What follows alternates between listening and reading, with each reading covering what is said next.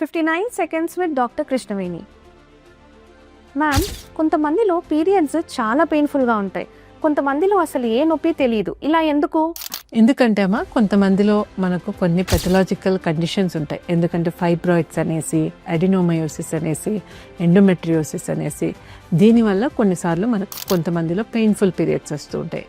కొంతమందిలో ఏంటంటే ఈ ప్రాబ్లమ్స్ ఉండవు, అందుకోసం వాళ్ళకు పీరియడ్స్ పెయిన్లెస్ ఉంటాయి అన్నమాట. పెయిన్ఫుల్ పీరియడ్స్ ఉన్న వారిలో ఏదన్నా సమస్య ఉన్నట్టేనా?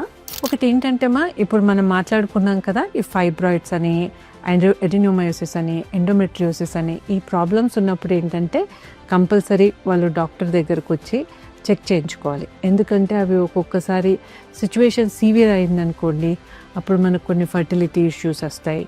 దాని తర్వాత వాళ్ళకు కొంచెం పెయిన్ అనేది ఎక్కువగా ఉంటుంది. ప్లస్ వాళ్ళకి ఏంటంటే కొంచెం డిప్రెషన్లోకి అట్లా వెళ్ళిపోతూ ఉంటారు అనమాట. ఎందుకంటే పెయిన్ చాలా రోజుల నుంచి ఉన్నప్పుడు అది కంట్రోల్ చేసుకోలేక ఈ సిమ్టమ్స్ అన్నీ వస్తూ ఉంటాయి అన్నమాట.